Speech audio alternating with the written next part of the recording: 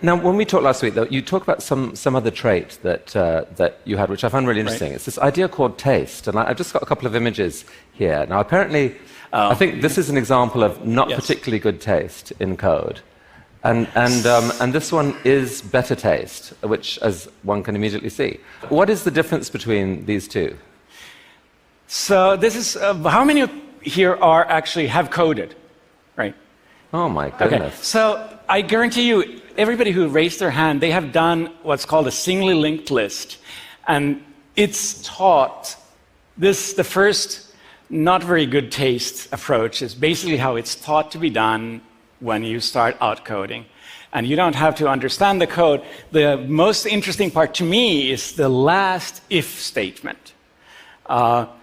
Because what happens in a singly linked list, this is trying to remove an existing entry from a list, and there's a difference between if it's the first entry or whether it's an entry in the middle.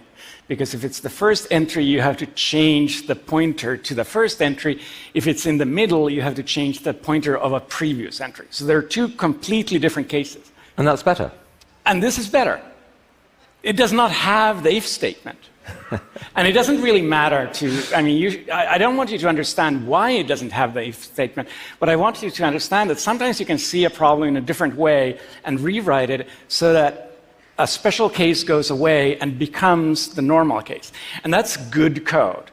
But this is simple code. This is CS 101. This is not important, although details are important.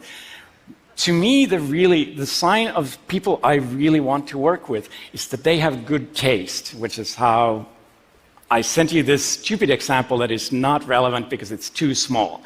Good taste is much bigger than this. Good taste is about really seeing the big patterns and kind of instinctively knowing what's the right way to do things.